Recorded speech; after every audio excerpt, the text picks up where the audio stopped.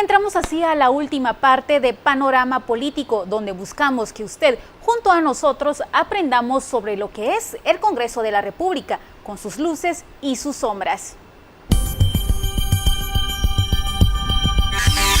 En los últimos 5 años, el Congreso de la República pasó de tener un presupuesto de 542 millones de quetzales a elevar su techo presupuestario a 830.320.000 quetzales, una diferencia de más de 287 millones de quetzales. Mantener al Congreso le cuesta a los guatemaltecos más de 2.2 millones de quetzales al día.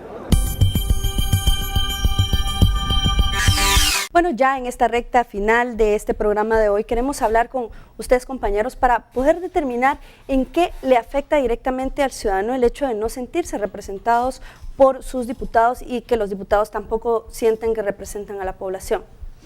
Yo creo que más que la población, el que debería sentirse afectado es el diputado, porque la población ya no cree en él.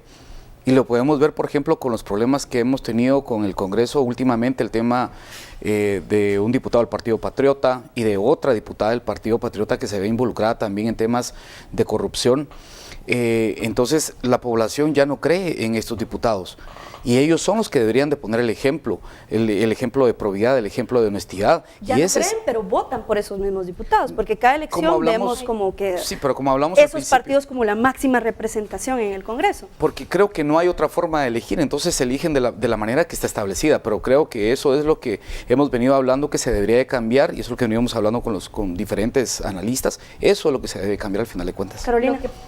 Lo que ha pasado en esta semana se ha reflejado que en el Congreso se carecen de negociaciones en cuanto a fijar un presupuesto. Tuvimos en esta semana. Parece que son negociaciones. Claro, en temas específicos se fijan negociaciones como para elegir cortes, donde vemos que las dos bancadas mayoritarias sí se ponen de acuerdo, o para poner una moción privilegiada para solicitar la renuncia a los magistrados del TSE.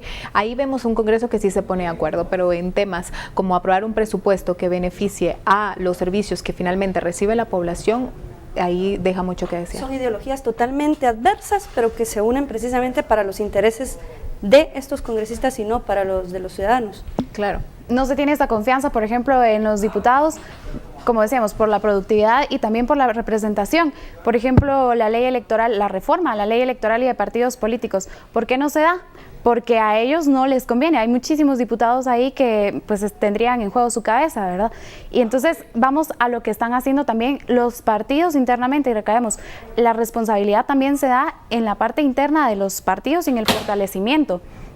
Por ejemplo, la reforma para la ley electoral y de partidos políticos propone el aumento de la representación de las mujeres. Pero como esto está difícil de que pase por el Congreso de la República, entonces tienen que ser también los mismos partidos los que en sus listas incluyan esta paridad, por ejemplo. Precisamente es esta situación de que son los partidos los que mandan y realmente una persona que pueda llegar con muy buenas intenciones al Congreso de la República puede hacer algo solo, por su cuenta, sin el apoyo de su bancada. O sea, ¿habría alguna diferencia en todo caso? Yo creo que hay demasiadas presiones y como dice el dicho, hay una sola golondrina no hace verano, es o te unís a estas fuerzas que pueden elegir allá arriba o te quedas solo. O sea, al final de cuentas esas negociaciones también pasan por eso. No es que un diputado no vaya con buenas intenciones, lo que pasa es que uno solo creo que es muy difícil de luchar contra toda esa maquinaria que se llama Congreso de la República. Y finalmente no vemos quién le cuente las costillas al Congreso, quién fiscalice a los mismos diputados. Ese debería ser el ciudadano. ¿Por qué no sucede esto? Finalmente porque no se tienen los vehículos quizá para que un ciudadano llegue a fiscalizar esto, pero sí hay entidades como la Contraloría de Cuentas que estamos en un proceso clave. Aunque sí se dan medidas de presión, por ejemplo este año lo vimos con la ley que se aprobó en un principio, exacto, para la ley para la protección de obtenciones vegetales y que después tuvo que ser derogada precisamente por estas presiones que el ciudadano ejercía. Sí funciona la presión ciudadana. Sí funciona. Otto Ángel, perdón, Miguel. Bueno, solo una cosa, pero entonces ¿por qué no se aprueba, por ejemplo, la ley de desarrollo rural? Claro. ¿Verdad? Otto Ángel. Porque hay un montón de intereses de por medio. Uno no puede asumir el Congreso de la República como una isla. Está conectada con un montón de sectores más. A lo largo de la discusión que hemos tenido, había ahí, alguien de ustedes mencionaba, no existe el vehículo esencial es el voto. Y los guatemaltecos siguen votando por esos diputados y por esos partidos y por ese sistema, por lo menos los últimos 25 años. ¿Qué nos pasa? Debe ser una discusión al final como sociedad para poder comenzar a ver cómo mejoramos no solo el organismo legislativo, sino toda esa red que está conectada. ¿Por qué no pasa la ley de desarrollo rural? Bueno, porque los intereses que mueven al Congreso, que están detrás de los partidos, que significan dinero, no solo para financiar campañas, sino también para hacer negocios, porque no podemos olvidar, y usted en su comunidad, principalmente en el interior de la República, sabe que el diputado no es solo diputado, su familia también tiene empresas. Son todos unos caudillos en los municipios, en los departamentos. Pero no son caudillos bajo la idea de defender una bandera o de defender un ideal, Defender negocios. sino defender un negocio. Entonces, al final de cuentas, el vehículo que tiene el guatemalteco, como cualquier otra persona fuera del país, es su voto. Y si seguimos votando por estos diputados, algunas razones habrán.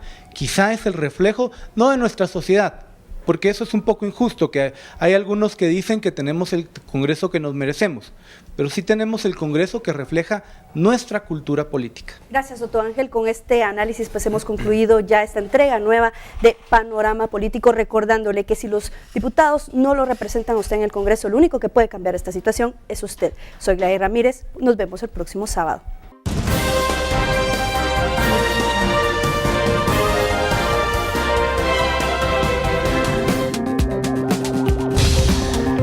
Nuestro tercer enlace con los anunciantes y al regresar las condiciones de salud mental y espiritual para mejorar nuestra calidad de vida.